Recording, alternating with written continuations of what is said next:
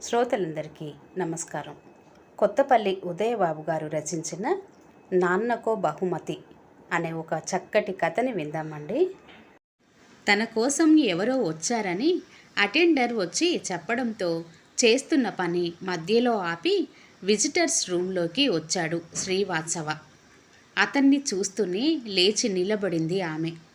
కింద నుండి పైకి ఆపాద మస్తకం ఎప్పుడో పోగొట్టుకున్న విలువైన వస్తువును చూస్తున్నంత సంభ్రమంగా అతన్ని చురుగ్గా పరిశీలించింది ఆమె. ఎవరు మీరు? మీకు ఎవరు కావాలి? అడిగాడు శ్రీవాత్సవ. నాకు రాజశేఖరం గారు కావాలి బాబు. ఆయనను ఒక్కసారి చూసి మాట్లాడాలి. ఆయనకు మీ వయస్సు బంధువులెవరు నాకు తెలిసి లేరే. ఆయనకు మీరు ఏమవుతారు? ఆయన నాకు తాళి కట్టిన భర్త. అంటే మీరు? అవును బాబు, నేనే జయంతిని అంది. మీ అమ్మను అనబోయి ఆగబోయింది. ఇన్నేళ్ల తర్వాత కొడుకునైన నేను మా నాన్నగారు గుర్తుకు వచ్చారన్నమాట. ఆయన మిమ్మల్ని చూడరు, మీరు చనిపోయారని ఆయన అంటున్నారు. ఇక నా దృష్టిలో అసహించుకునే పదం ఏదైనా ఉంటే అది అమ్మ అనే పదం మాత్రమే. ఆ పేరు పెట్టుకొని ఎదురుగా నిలబడిన మీరు దయచేసి మరోసారి రావద్దు. మీతో ఇలా మాట్లాడుతున్నానంటే అది నాన్నగారు నాకు నేర్పిన సంస్కారమే. ఇక మీరు వెళ్ళవచ్చు ఎర్రబడిన ముఖంతో అన్నాడు శ్రీవాత్సవ. ఆమె కళ్ళల్లో సుడులు తిరిగిన నీళ్లు. అవి ప్రయోజకుడైన కొడుకును చూసిన తాలూకు ఆనందాశ్రువులో గుండెలు చీల్చేలా మాట్లాడిన అతడి మాటలు, చేసిన గాయాల వల్ల బయటకొచ్చిన దుఃఖాశ్రువులో తెలియదు గాని కొంగుతో తుడుచుకుంది ఆమె. బాబూ, పోనీ నాన్నగారితో మాట్లాడను. ఒక్కసారి దూరం నుంచి చూసి వెళ్ళిపోతాను. ఈ జీవితానికి ఒకే ఒక చివరి కోరిక. ఆయన పాదాలను నా కన్నీళ్లతో కడిగి మౌనంగా నమస్కరించుకొని వెళ్ళిపోతాను. ఈ ఒక్క కోరిక కాదనకు అందామె ప్రాధేయపడుతున్నట్లుగా. తల్లిగా మీరు నాకు చేసిన ద్రోహానికి మీకు ఇవ్వకూడని అవకాశం కూడా అది ఒక్కటే. మీరు అవకాశవాదులు. ఎక్కడైనా ఎలాగైనా బ్రతికేయగలరు. మమ్మల్ని జీవచ్ఛవాలుగా చేసినట్టుగా మరెవరిని చేయకండి, వెళ్ళండి అని ఆమె సమాధానం కోసం కూడా చూడకుండా అక్కడ నుంచి నిష్క్రమించాడు శ్రీవాత్సవ. ఆమె ఆశ్చర్యపోలేదు. గుండెలవిసేలా తల చేత్తో పట్టుకొని ఏడుస్తూ కూర్చోలేదు. చెమరుస్తున్న కళ్ళను మాటిమాటికి ఒత్తుకుంటూ తన చేతి సంచిలోంచి కొన్ని తెల్ల కాగితాలు తీసుకొని అక్కడే కూర్చొని రాయసాగింది. సుమారు గంట తర్వాత రాయటం పూర్తి చేసి సంచిలోంచి కవరు తీసి రాసిన కాగితాలు అందులో ఉంచి జిగురుతో అంటించి పైన శ్రీవాత్సవ పేరు అడ్రస్ రాసి ఆ ఆఫీసు పోస్ట్ బాక్స్లో వేసి అక్కడ నుంచి నిర్లిప్తంగా వెళ్ళిపోయిందామె. శ్రీవాత్సవ తన సీట్లోకి వచ్చి కూర్చున్నాడు. చాలా అసహనంగా ఉంది అతనికి. అమ్మట అమ్మ, వయసు తిమ్మిరి తీర్చుకోవడానికి పెళ్ళి పిల్లలు, ఇలాంటి వాళ్ళు అమ్మ అనే పదానికి అనర్హులు. పిచ్చి పిచ్చి ఆలోచనలతో అతని తల పగిలిపోసాగింది. పని మీద ఏకాగ్రత లేకుండా పోయింది.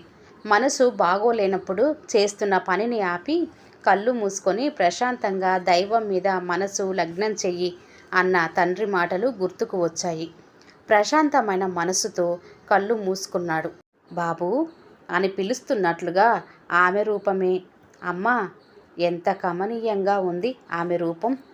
పండిన తమలపాకుల, అచ్చమైన పార్వతీదేవిలా, నిండు పండు ముత్తైదువులా. సుమారు 4-5 సార్లు ప్రయత్నం చేశాడు ఆమెను మర్చిపోదామని. ప్రతిసారి ఆమె రూపమే. ఈసారి మాత్రం ఆమె రూపం రాజరాజేశ్వరి మాత రూపంగా రూపాంతరం చెందడంతో స్వస్థత చేకూరిన మనసుతో తండ్రికి ఫోన్ చేశాడు. అవతల నుంచి హలో అని వినబడగానే, నాన్నగారు, నేను వాసుని. భోజనం చేశారా? మందులు వేసుకున్నారా? మీకు ఒక విషయం చెప్పాలి అని ఫోన్ చేశాను. చెప్పు నాన్న. మీరు కేకలేస్తారని భయంగా ఉంది. అవతల నుంచి గంభీరమైన నవ్వు. నిన్న కేకలు వేయంలే, చెప్పు. మీ భార్య బతికే ఉన్నారు. ఒక్క క్షణం మౌనం. వాసు, ఏంట్రా నాన్న నువ్వంటున్నది? జయంతి బతికే ఉందా? ఎవరు చెప్పారు నీకు? ఆయన మాటలలో ఉద్వేగం అతన్ని కలవరపరిచింది. మీరు ఆవేశపడకండి నాన్న, ప్రశాంతంగా వినండి. ఆమె ఇంతకు ముందే నా ఆఫీస్కు వచ్చారు. చివరిసారిగా మిమ్మల్ని ఒక్కసారి చూడాలని అడిగారు. వీల్లేదు, వెళ్ళిపోమ్మన్నాను. వెళ్ళిపోయారు. బాబూ, ఆమె నీ కన్న తల్లిరా, వేదన నిండిన కంఠంతో అన్నారాయన. అందుకేనా నన్ను మిమ్మల్ని నిర్దాక్షిణ్యంగా వదిలేశారావిడ? మనం అనుభవించిన క్షోభ ఆమెకు తెలియాలనే అలా మాట్లాడాను. నేను చేసింది తప్పు అంటారా? ఆయన గొంతు సవరించుకున్నారు. ఉరిశిక్ష వేసిన ఖైదీని కూడా ఉరి తీయబోయే ముందు నీ ఆఖరి కోరిక ఏమిటి అని అడుగుతారు. నువ్వు తప్పు చేశావు బాబు. అమ్మ మనసును గాయపరిచావు. ఆమెను వెళ్ళిపోమ్మనక ముందే ఒక్కసారి నాతో ఫోన్లో మాట్లాడిపించాల్సింది. అంతా నా దురదృష్టం. ఆయన బాధగా నిట్టూర్చి ఫోన్ పెట్టేశారని అర్థమైంది. ఆయన ఎప్పుడూ అంతే, అతి తక్కువగా సూటిగా మాట్లాడతారు.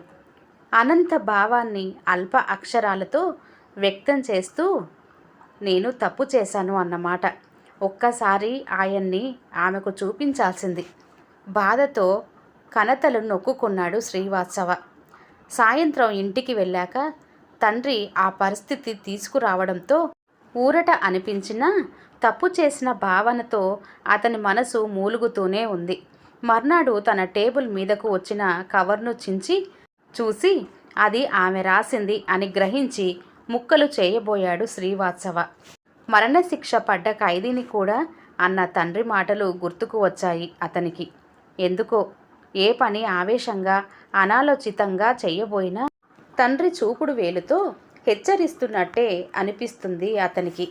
ఎంతో జాగ్రత్తగా ఏకాగ్రతతో ఆ ఉత్తరం చదవసాగాడు. అందులో ఇలా ఉంది: చిరంజీవి శ్రీవాత్సవకి. అమ్మ మనస్ఫూర్తిగా ఆశీర్వదిస్తూ వ్రాయున్నది. అమ్మ అనే పదార్థం పట్ల నువ్వు ఎంతో ఏవగింపు కలిగేలా స్థిరమైన అభిప్రాయం ఏర్పరచుకోవడంలో నాకు పాత్ర ఉంది బాబు. నా జీవితాన్ని శాసించిన వాళ్ళందరూ మగవాళ్ళే. వారికి వత్తాసు పలికి నేనేదో తప్పు చేసిన దానిలా సాంప్రదాయాలు కట్టుబాట్లు అంటూ నన్ను బంధించిన నా సాటి ఆడవాళ్ళు ఆ మగవాళ్ళ చేతుల్లో బానిసలే. దేశానికి స్వాతంత్ర్యం వచ్చిన ఈనాటి వరకు 100కి 90 కుటుంబాలలో స్త్రీకి స్వేచ్ఛ రాలేదు బాబు. ఆనాడు అభం శుభం ఎరుగని 5 ఏళ్ల పసిబిడ్డవి నువ్వు. మీ నాన్నగారితో వెళ్ళిపోతూ వెక్కి వెక్కి ఏడుస్తూ అమ్మా అంటూ పరిగెత్తుకు వస్తే తనివి తీరా నా బిడ్డను అక్కున చేర్చుకొనివ్వని కర్కశ సాంప్రదాయాల కుటుంబంలో నేనొక బందిని. ఇది నీకు అర్థం కావాలంటే నా జీవితంలో కొన్ని ముఖ్య అంశాలు మీకు తెలియాలి. నేను మామూలు ఆడపిల్లల మాదిరిగానే డిగ్రీ పూర్తి చేశాను. నేను ఇంటర్లో ఉండగా మా బావకు ఆర్మీలో ఉద్యోగం వచ్చింది. 3 ఏళ్ల తర్వాత వచ్చి నన్ను ఇష్టపడ్డాడు. నా నిర్ణయం తెలిపేలోగానే దాని మొహం దానికేం తెలుసు లాంటి వాక్యాలతో నన్ను అతనికిచ్చి పెళ్లి చేశారు. పెళ్ళయి వారం తిరగకుండానే ఆయనపై అధికారుల నుంచి తక్షణమే బయలుదేరి వచ్చి డ్యూటీలో చేరాలని పిలుపు వచ్చింది. ఆ రోజే మా శోభనం. అది జరగకుండానే ఆయన ఉద్యోగానికి వెళ్ళిపోయారు. మా ఇంట్లో మగ పెద్దలు చెప్పిందే వేదం. తాము చేసేవన్నీ ఒప్పులే అన్నదే వారి అహంకారం, వారి అహంభావం. వాటి సెగల్లో ఇంట్లో స్త్రీలందరూ మాడి మసైపోవాల్సిందే గాని ఎవరు ఎదురు చెప్పడానికి వీలు లేదు.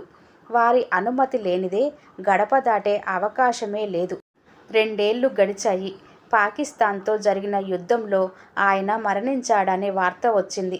ఆ వార్త విన్న మా అమ్మ ఏ అచ్చటా ముచ్చట తీరక పిల్ల 100 ఏళ్ల జీవితం నాశనం అయిపోయింది అన్న దిగులుతో 1 నెల రోజుల్లో మరణించింది. దాన్ని తట్టుకోలేకపోయిన మా నాన్నగారు మా మామగారి కాళ్ళ వేళ్ళ పడి బ్రతిమ్లాడాడు. దానికి ఎలాగైనా మరొక పెళ్లి చెయ్యండి అని ఏడ్చారు కూడా. ఊరి పెద్ద అయిన మా మామగారు తాను చెప్పినట్లు వింటారు అని మా గ్రామంలో ఉపాధ్యాయునిగా పనిచేస్తున్న మీ నాన్నగారిని పిలిపించారు. జరిగింది దాచకుండా ఆయనకు చెప్పారు. విశాల భావాలు గల రాజశేఖరం గారు నన్ను మనస్ఫూర్తిగా అంగీకరించారు. సాదరంగా వారి జీవితంలోకి ఆహ్వానించారు. రాయి లాంటి నన్ను తన సాంగత్యంలో అహల్యగా తీర్చిదిద్దారు. అంతవరకు జీవితంలో అనుక్షణం ఎన్నోసార్లు నిరాదరణకు గురై దాదాపు చదువుకున్న దానినై ఉండి కూడా ఆడబానిసల యంత్రంలా పని చేసుకోవడమే తప్ప ఒక చిన్న కోరికను కూడా బయట పెట్టుకోలేని నేను ఆయన ప్రేమ ఆదరణలో నన్ను నేనే మర్చిపోయాను. ఆయన చేతుల్లో పిల్లన గ్రోవినై వాలిపోయాను. మా అన్యోన్య దాంపత్య ఫలితంగా నువ్వు పుట్టావు. 5 ఏళ్ళు నీ ఆలనా పాలనతో ఎంతటి అమ్మతనాన్ని అనుభవించానో ఆయన అనురాగాన్ని కూడా అంతగానూ పొందాను. వాటి బలంతోటే ఇన్నేళ్ళు బ్రతికాను. సరిగ్గా ఆ మత్తులో ఉండగా నిన్ను తీసుకొని ఇంటికి రమ్మని మామగారు మీ నాన్నగారికి కబురు చేశారు. అనుకొని ఈ ఆహ్వానం ఏమిటా అనుకుంటూ వెళ్ళాం. మేము లోపలికి అడుగు పెట్టగానే తలుపులు మూసేశారు. మామగారి పక్కన ఒక వ్యక్తి గడ్డం మాసిపోయి ఒంటి కాలితో నిలబడి ఉన్నాడు. అతను నాకేసి ఎంతో ఆశతో ఆకలితో చూస్తున్నాడు. అతన్ని పరిశీలనగా చూసిన నేను గుర్తుపట్టి భయంగా 2 అడుగులు వెనక్కి వేసి మీ నాన్నగారి చాటున దాక్కొని ఆలంబన కోసం ఆయన జబ్బ గట్టిగా ఒక చేత్తోనూ నిన్ను ఒక చేత్తోనూ పట్టుకున్నాను. మా మామగారు చేసిన సైగతో ఆయన ఏర్పాటు చేసిన మనుషులు నిన్ను బలవంతంగా తీసుకుపోయి మా అత్తగారికి అప్పగించారు. మా ఆడపడుచు నన్ను బరబరా ఈడ్చుకెళ్ళి ఆ కుంటి అతని ముందు పడేసింది. అతను ఎవరో కాదు, నా మొదటి భర్త. ఆ కక్కిన కొడు నాకొద్దు నాన్న, నా భార్య నాకు కావాలి అన్నాడు నా మొదటి భర్త. తన తాయిలం ఎవరో ఎత్తుకుపోయినంత క్రోధంగా ఉన్నాయి అతని కళ్ళు. కింద పడిన నేను లేచాను.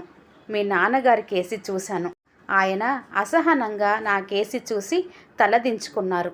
అణువు తుమ్మమ్ములను గుచ్చుకున్నంత బాధ ఆయన ముఖంలో ద్యోతకం అయ్యింది నాకు. నువ్వు చచ్చావని తెలిసిన రోజునే నీతో నా సంబంధం తెగిపోయింది. నాకు జీవితాన్ని ప్రసాదించిన దేవుడు ఆయన నుంచి నన్ను ఎవరూ విడదీయలేరు అనేసి వేగంగా పరిగెత్తుకొచ్చి నా భర్త ఆయన మీ నాన్నగారు ముందు నిలబడ్డాను. నువ్వు వెళ్ళి తీరాలి జయంతి అన్నారాయన జీవం లేని స్వరంతో. ఎందుకండి అన్నాను సుడులు తిరుగుతున్న కన్నీళ్లతో. మన వివాహమయ్యాక ఏనాడైనా నీ అదృష్టవశాత్తు నీ భర్త తిరిగి వస్తే నిన్ను అప్పగించాలన్న ఒప్పందం మీదనే మన పెళ్లి జరిగింది జయంతి. ఆయన ఇంకా ఏదో చెప్పబోయారు. మా ఆడపడుచు మొగుడు వచ్చి విన్నావుగా, ఇక లోపలికి వెళ్ళు అన్నాడు హూంకరించి. నువ్వు ఎవరు నాకు చెప్పడానికి అన్నాను తీవ్రంగా. మా మామగారు నా ముందు రాక్షసుడిగా నిలబడ్డాడు. నేను చెబుతున్నాను వెళ్ళు లోపలికి అన్నారు. నా భర్తను నా బాబును వదిలి వెళ్ళను అన్నాను నేను. ఆయన లాగి కొట్టాడు నన్ను. అది చూసి అమ్మా అంటూ నా దగ్గరకు రాబోయావు నువ్వు. నిన్ను మీ నాన్నకి ఇచ్చి తక్షణమే ఊరు వదిలి వెళ్ళిపో. ఇదిగో నీ ట్రాన్స్ఫర్ ఆర్డర్ అంటూ మీ నాన్నకి ఆయన ఒక కవర్ అందించాడు. నేను కొయ్యబారిపోయాను. మీరు నాకు శాశ్వతంగా దూరం అయిపోతున్నారు అన్న బాధతో పెదవి చిట్లి రక్తం కారుతున్నా ఆయన ఇక్కడి నుంచి పంపిస్తే నేను ఆత్మహత్య చేసుకుంటాను. ఏమండి మీరు వెళ్ళకండి అంటూ నన్ను ఉక్కు పిడికిళ్ళ మధ్య బంధించిన మనుషుల్ని గుచ్చేశాను. ఆయన నిస్సహాయంగా చూసి నా కేసి చేతులు చాచి అమ్మా అని ఏడుస్తున్న నిన్ను భుజాల మీద వేసుకొని వెళ్ళిపోయారు. నువ్వు ఆయన వెళ్ళిన వెంటనే తలుపులు మూసుకుపోయాయి. నేను మళ్ళీ మిమ్మల్ని జీవితంలో చూస్తానని అనుకోలేదు. ఒకనాడు అవకాశం చూసుకొని ఇంట్లోంచి పారిపోయి మీ నాన్నగారు ఉన్న ఊరు చేరాను.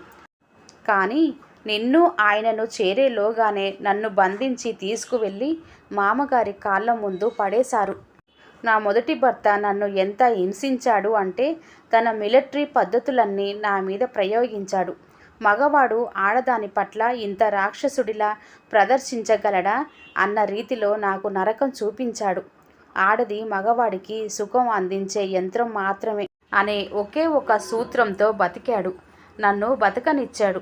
అతనిని సమర్థించిన పెద్దలందరూ ఒక్కొక్కరే కాలగర్భంలో కలిసిపోయారు. చివరి దశలో అతనికి పక్షవాతం వచ్చింది.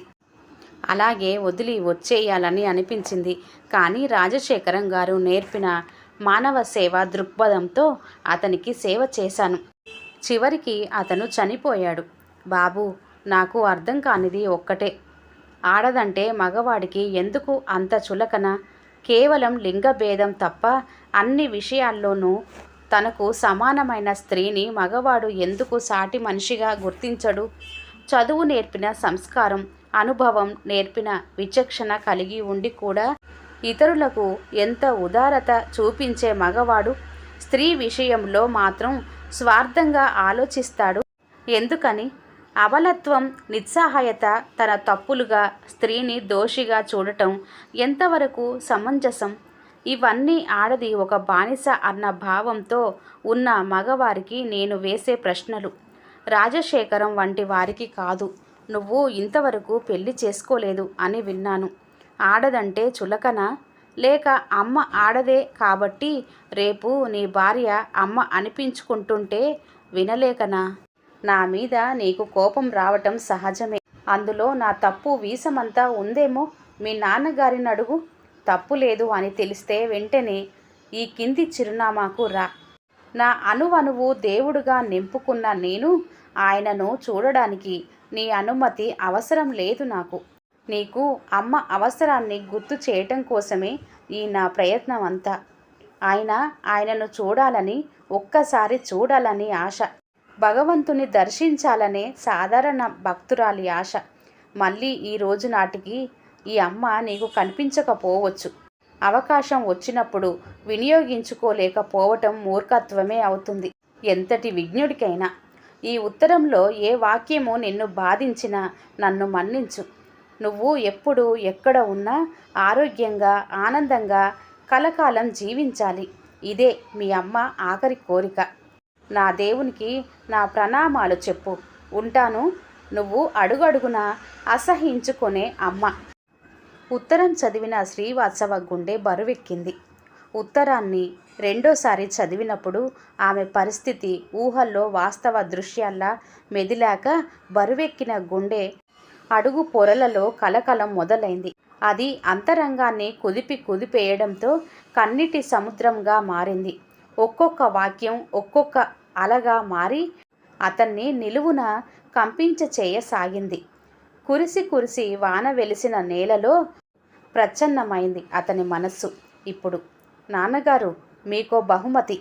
తన వెనుక దాచిన బహుమతికి అడ్డు తొలుగుతూ అన్నాడు శ్రీవాత్సవ. జయంతి. అప్రయత్నంగా ఆయన పెదవులు అస్పష్టంగా ఆమె పేరు ఉచ్చరించాయి. లేని ఓపిక అంతా ఒంట్లోకి తెచ్చుకొని నిలబడి చేతులు చాచిన రాజశేఖరం గారి హృదయం మీద ఆమె పూలమాలగా ఒదిగిపోయింది. ఆ కౌగిలిలో రెండు సముద్రాలు సంగమించినంత ప్రశాంతత. ఆకాశం భూమి ఒక్కటైన భావన.